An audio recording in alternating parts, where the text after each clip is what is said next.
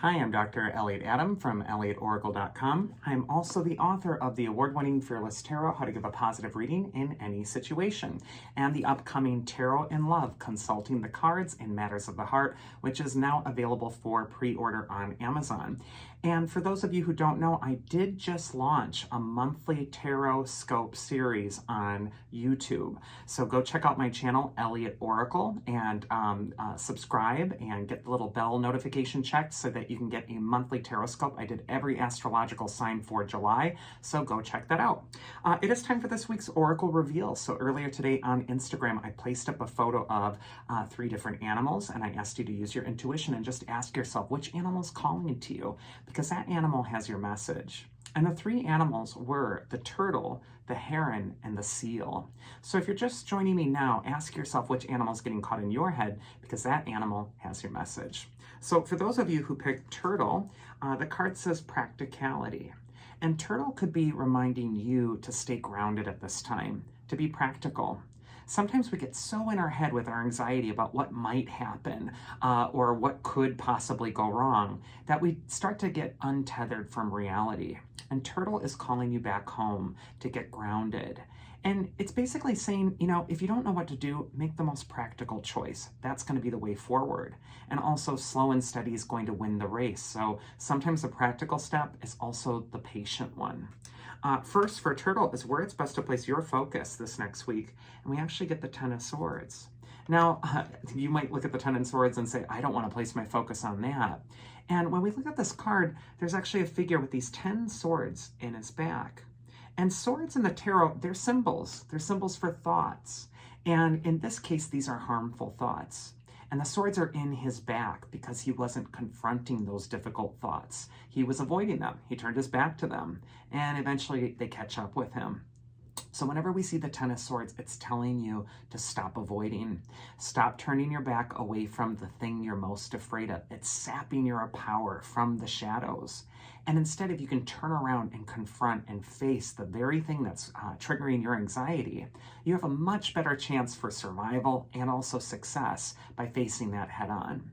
And the Ten of Swords will also just rule rites of passage in your life that you don't necessarily choose. You might not want something to happen. Maybe it doesn't go according to plan, or it doesn't quite fulfill your wish. And yet it's important to surrender to what needs to change, to what needs to happen.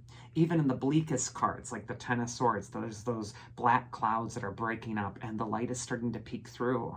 And so I just think that it's time to surrender, look at the thing that you need to confront, stop avoiding it, and allow that change to happen. Advice from your inner wisdom to help you deal with that is actually the Two of Swords. This is a much more serene swords card. It's a card of in-between. The woman on the Two of Swords is in between the sky and the sea. She's in between the new moon and the full moon. She's also balanced between those 2 swords. And she's not panicking about being in the in-between.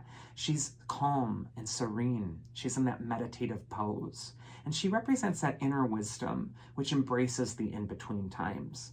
Because all of us at one point or another in some aspect of our life are in an in-between time. And it's okay. It doesn't have to all be settled yet. You might be transitioning out of something difficult and moving into something that's now transitioning into something more calm or serene. It's important to be centered, to tune inward, and to rely on that inner strength. And the mythic archetype that's going to help you is actually Poseidon. He's the god of the depths of the sea. And what he could be doing is calling you back to your authentic feelings. Maybe the thing you're avoiding are thoughts that are triggering feelings that are uncomfortable. And like this Two of Swords is saying is, no, now it's time to actually sit with those feelings. It's time to be calm with them. Sometimes if we are gearing up for battle every day in life and we're just expecting a big trial or contest, we actually thwart our growth. And so this could be a time of acceptance, accepting the difficult things and also reconciling some challenging emotions. Second animal is the heron spirit. And the heron is talking about patience.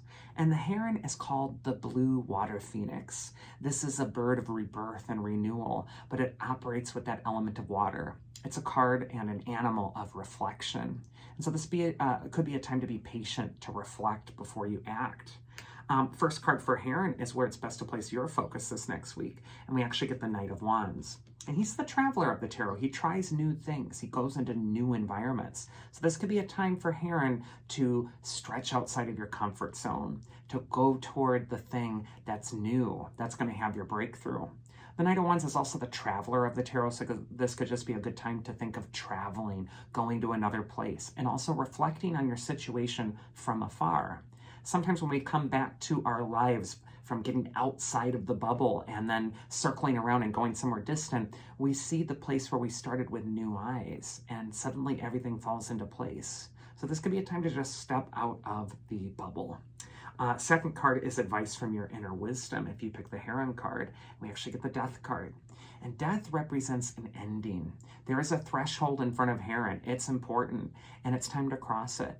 And the Death card freaks a lot of us out because, number one, it's called death, and no one wants to, die right now necessarily. But a lot of times as well, what death really represents is permanent change, and that's frightening. So when we see the Death card in a reading, it's saying there's a change in front of us, and we need to cross this threshold. But once we cross that, there's really no going back. We need to commit to the course. And yet, it's still a positive thing.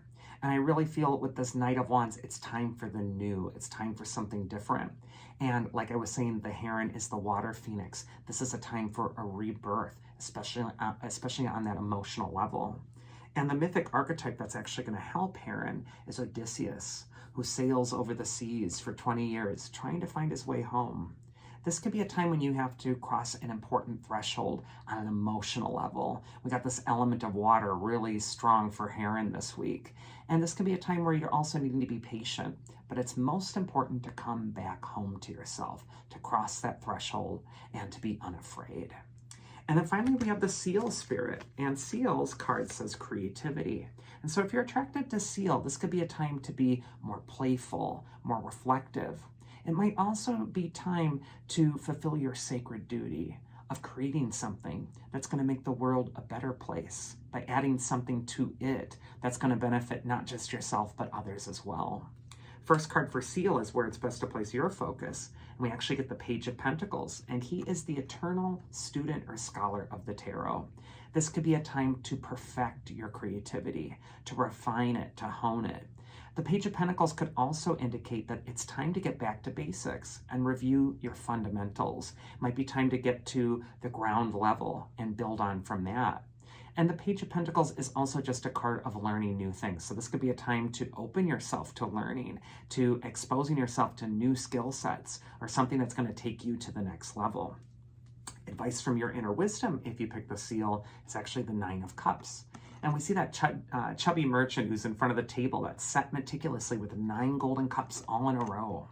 This is a time to get the table set for your future success. And the Nine of Cups is always about preparing for the upcoming banquet. Traditionally, the Nine of Cups is also always a card of wishes coming true. And so this could be a time where you can really start to see your wishes can come true. But it's time to make the preparations. It's time to get everything arranged so you can take your seat at the table. And when I see these bright yellows from both the Page of Pentacles and the Nine of Cups, this could just be a time to be optimistic and to really look at your situation based on its possibility and not based on some old baggage or what might have kept you back in the past. These are cards of learning and development, and so you are learning new things, and it's time to embrace it. And then the mythic archetype that will help you is actually Demeter. She's the goddess of the harvest. She's the mother goddess. And she's also an archetype of nurturing. She has a lot in common with the Empress card in the tarot. And Demeter is saying, if you're patient, you can plant the seeds of your goals and see them manifest. Demeter is also the guardian of the Eleusinian mysteries, which has all to do with death, rebirth, transformation, change, and also looking at your life as sacred, seeing that the rites of passage that you're undergoing are meant to be, and they're teaching you something really important as far as your personal development is concerned. So trust in Demeter and nurture yourself at this time. And that is this week's Oracle. I do hope you enjoyed it. If you did, you can always schedule a one-on-one reading with me at elliotoracle.com. Also, I'd love to see you at Tarotpalooza. I'm giving that Tarot Masterclass this October. There's details on my Instagram page and on my website. Otherwise, I hope you all have a safe and happy week, and I will see you again next time, so take care.